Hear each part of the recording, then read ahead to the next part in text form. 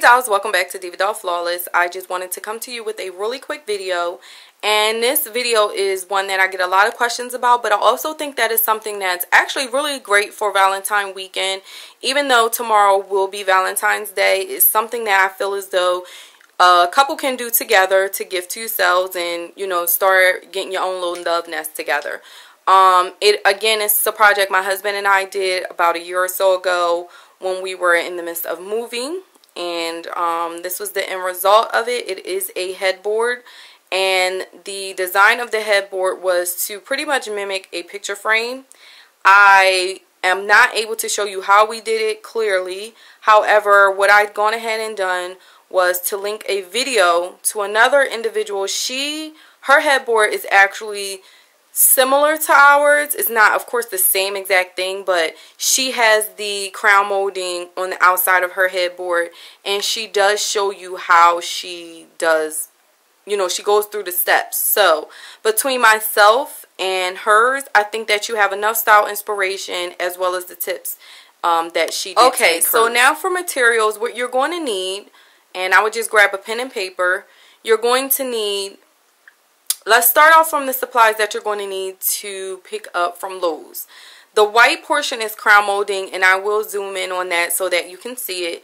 It's crown molding. It actually comes in a very long strip. The pieces that you see, my husband actually cut with his handsaw to get them to frame out the bed and to get everything to piece together well. So he did that with a handsaw. But the crown molding itself comes in a super long strip that you can either ask them to cut at Lowe's for you, or you can do it yourself. We were just having too many issues. I don't know what it was that day. It just seemed like going out that day and getting help with salespeople was just not happening. So we pretty much just did everything ourselves.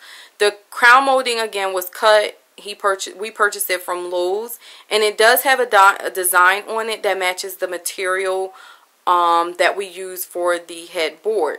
Now, outside of crown molding from Lowe's, you will also want to pick up a staple gun if you do not have one already. I do not remember the pricing of it, but these supplies didn't really cost that much at all.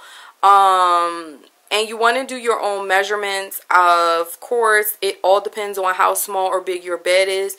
This can work from something as small as a twin size to a full size to a queen size to a king size bed. Again, also the pricing will change as well.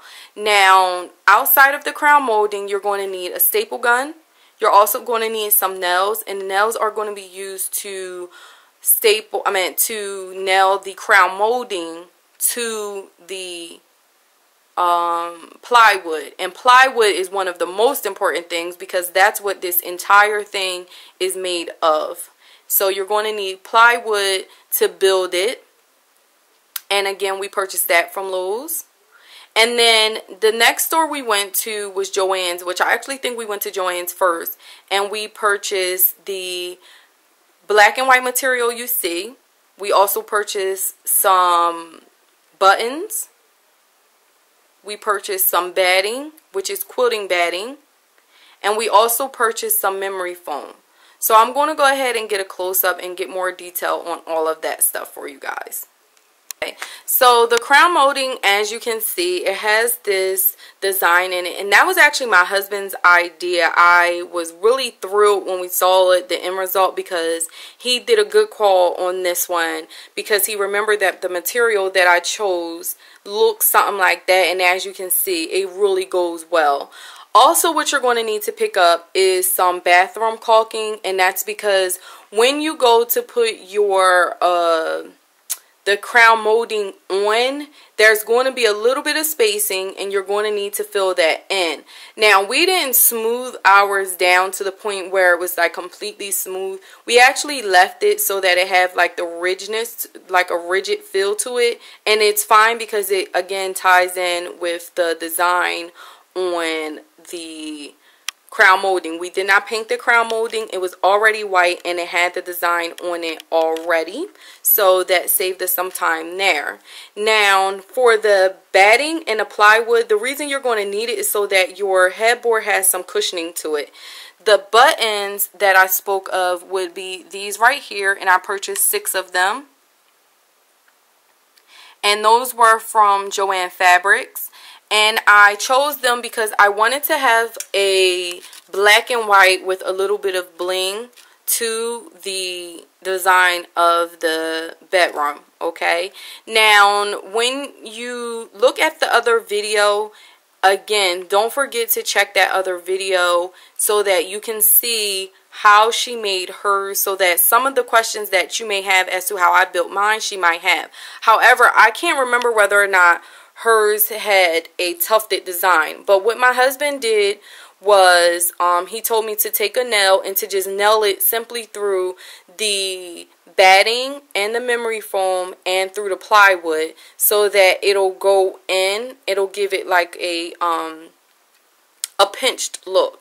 And then to cover the nail, I used the button, and again I used 6 of them. The buttons, I believe, were like $2.99 or something like that. And again, I apologize, I don't remember all the pricing because it was like a year or so ago, so you know, that's a long time to try to remember every little detail about how much all of this cost. Okay, so also another design for a button would be something like this. And now these I actually picked up from Walmart because I plan to sew them onto some pillows that I will be putting on our bed. Guys, so the next thing you want to have to do is figure out how in the world you're going to get this big behind piece on your wall. What we did was we actually hung it like a frame.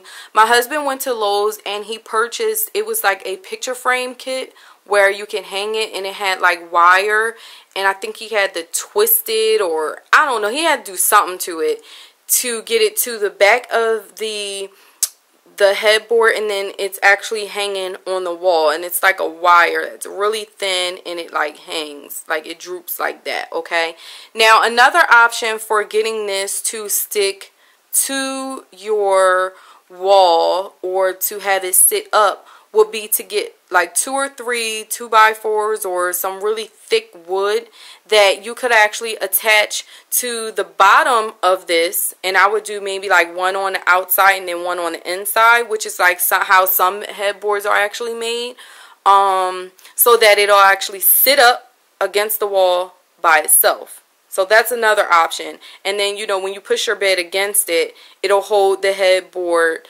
But we didn't feel like going through all that. We just simply hung it on the wall, and that's just that. So that's another option. But again, if you YouTube DIY headboards, you're going to come up with so many videos, and that's what we did. We just watched tons and tons of videos, and I just went and wrote down, you know, my different ideas, and we just went off of that, and we turned it into what we wanted it to look like, or what I wanted it to look like, so to speak, because my husband he just wants something neat, and for him to be able to come home and lay in the bed and go to sleep so he can go back to work. So yeah, that's pretty much what the details of our headboard is. Again, I apologize that I could not go into full detail and show how we made it, but between that video and doing your own research, you can come up with so many different ideas. The bedding and why I chose to do, you know, the different patterns. The bedding pattern is so much bigger than the headboard pattern, and that works because I use that rule that, you know, to mix and match patterns, especially if you're doing like black and white, it'll still match as long as you do the rule of small pattern to big pattern, or vice versa. Say if my pattern on my bed was smaller, I would have did a bigger pattern on the headboard, and that's what I use to decide, you know, how I wanted all of this to look. Okay, now it works simply because a lot of the things in our room are black and white, such as that little tin right there. You've seen this before in about 2 other videos. I used that in a room because, again, it's black and white. It didn't need to be the floral print or the mass print. It was black and white, so it matched. Also, I added some mirror to the side pieces, to the to the nightstand. Okay, and then I also went and got this, the mass print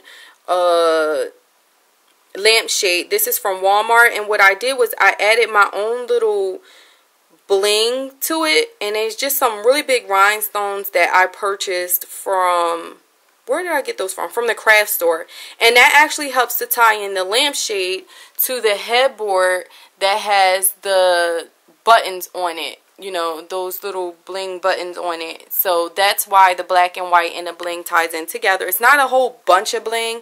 It's just enough to make it really pretty and minimal. And then again, you have another black and white design on the side of the bed from the we purchased these from the Container Store, and these were in the office section. And again, it's another floral design, but it is not the exact design of the headboard, nor is it the exact design of the sheets. But because it's black and white and the design isn't super big, it looks big on camera, it all ties in and works together. And that's my favorite thing about designing, especially with black and white, how you can mix and match so many different patterns. And I have a lot of different patterns. I have some polka dot patterns in my room. I have the chandelier print, which mimics something close to the damask print. It's a lot of different things like that. I will not be doing a full room tour. I've stated that many times before. It's just a personal preference. And I feel as though I'm entitled to that. However, I do not mind helping with different design things, as I've tried to show you guys on we'll be working on some more projects. So therefore, I will definitely help you guys and show you out, you know, show you those different things that we do on that.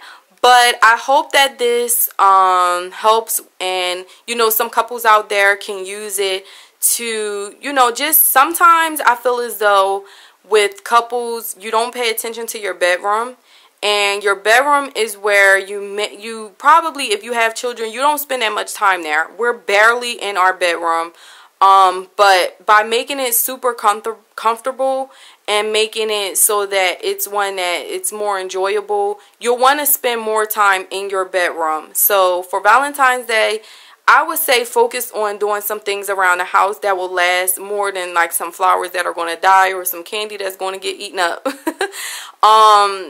and my husband, we don't really go all crazy for Valentine's Day. I don't feel like, or we don't feel like it's something that, you know, you should do one time a year. We try to find things to do together all year round that we pretty much enjoy.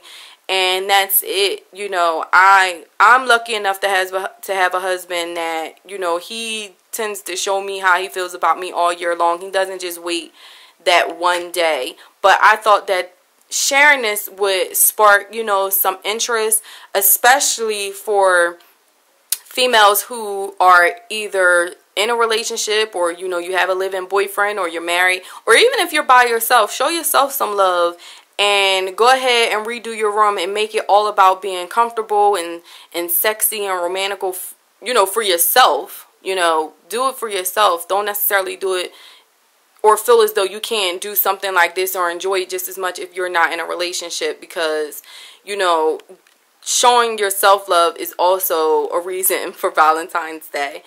But I hope you guys enjoyed this. I hope that it was really insightful and helpful, and it answered a lot of your questions that I'm getting asked. But until next time, dolls, I hope you have a fantastic Valentine's Day. I love you all. Have a gorgeous day. Smooches. Mwah.